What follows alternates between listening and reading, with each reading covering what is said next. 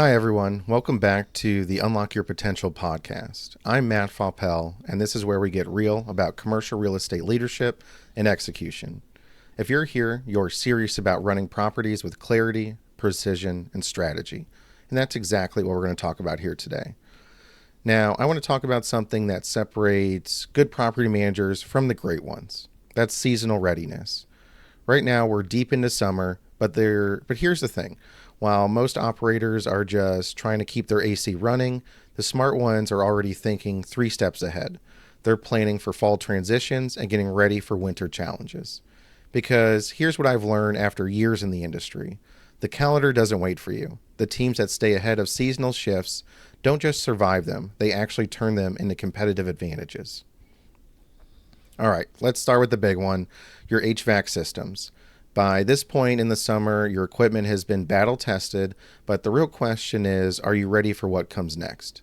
First thing, replace those filters again. I know you probably did it earlier this season, but midsummer dust and pollen can clog up efficiency way faster than we realize. It's one of those small things that can make a huge difference. Here's what most people miss. You need to start scheduling your fall maintenance right now. Don't wait until you feel that first cold snap in the air. By then, every contractor is already booked up and you might be stuck scrambling. If you've been thinking about upgrades, smart thermostats, variable frequency drives, higher efficiency units, now is the time to check those local utility incentives. I've seen owners save thousands of dollars just by applying early instead of waiting until everyone else figures that there's an incentive out. Let's paint a picture. We're working at a property where the AC failed right in the middle of July. We're talking 95 degrees outside, tenants are furious, emergency repair costs are through the roof. It was a nightmare. But here's the contrast example. That same property the following year locked in services ahead of time. They were prepared with seasonal tasks and preventative maintenance. And even when winter rolled around, the transition was seamless. Maybe tenants barely noticed all this proactive work that went into making things successful, but that is the difference between reactive and proactive management, the things that go on behind the scenes so that the show goes on. Now, let's talk about the building exterior, because summer is also the perfect time to inspect what winter and spring has left behind on the property.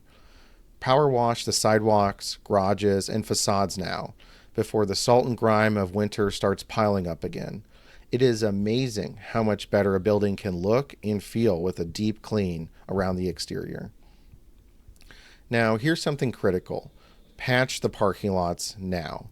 The small cracks you're seeing, once water gets into there and freezes, they turn into massive potholes.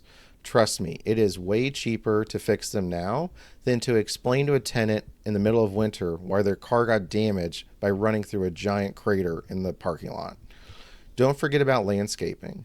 Trim the trees and the shrubs, and it's not just about looking good. It's about reducing storm hazards before the fall weather hits. Here's an example. One property ignored a dead tree limb. It looked fine all summer long, but when a storm hit that fall, that limb fell down onto a tenant's car. It blocked the entrance to the parking lot for half a day.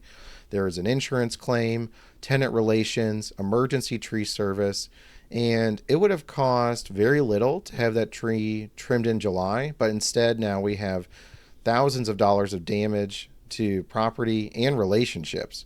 Prevention, in my opinion, always costs less than the cleanup after a situation like that. This is where good property managers really separate themselves from everyone else. Seasonal changes are opportunities to reconnect with tenants.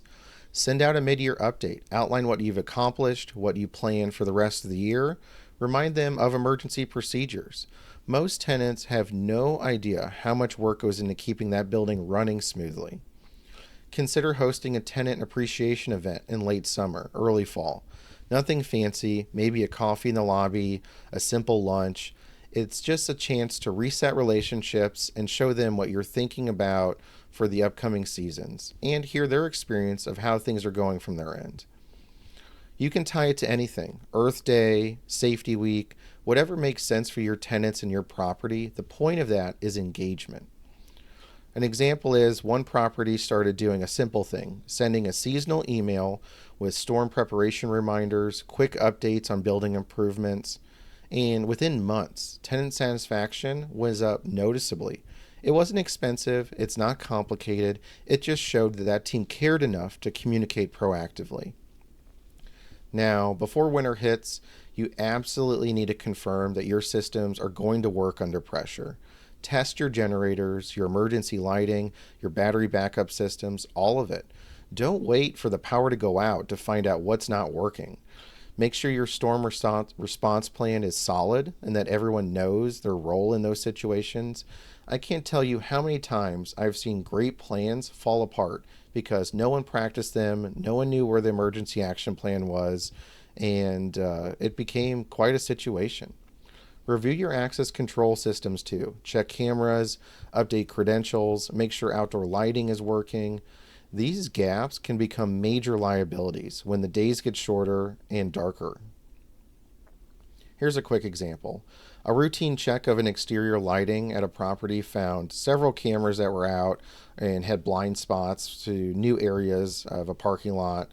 2 light fixtures were out as well, and those things seem like typical work orders, but getting those checked proactively could prevent an incident. When you're dealing with tenant safety, building security, minor details like a light being out can have major consequences.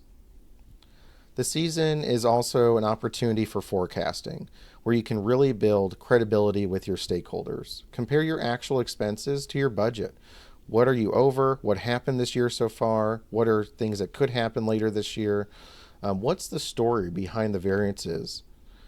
Lock in funding for your fall and winter projects now. Roof work, ceiling, HVAC maintenance, fire safety updates. Get ahead of it. Lock the rates in. Get it scheduled on the calendar so you know what's coming up around the corner. And also start working on that capital plan. Ownership doesn't want surprises. They want foresight. An example is in ownership meetings where forecasts are being discussed. Confidence in what you're saying builds massive trust. The property manager who comes in with clear data, realistic projections, and a solid plan gets way more resources and autonomy than a team that is showing up reactively, asking for emergency funding. Those things lose credibility fast. Here's the thing about seasonal change. It is the ultimate test of preparation. Anyone can react when the snow starts to fall or when the heat spikes, but leaders anticipate. They prepare, they communicate before the storm arrives. So let me ask you this. Are you chasing the calendar or are you staying at least one season ahead? That's a wrap on today's episode of Unlock Your Potential podcast. If this gave you some clarity on seasonal planning, do me a favor and share it with someone in commercial real estate. Check out faupelx.com for links to the newsletter and AI tools. Everything we talked about today becomes so much easier when you have the right systems and mindset in place. Until next time, keep pushing forward.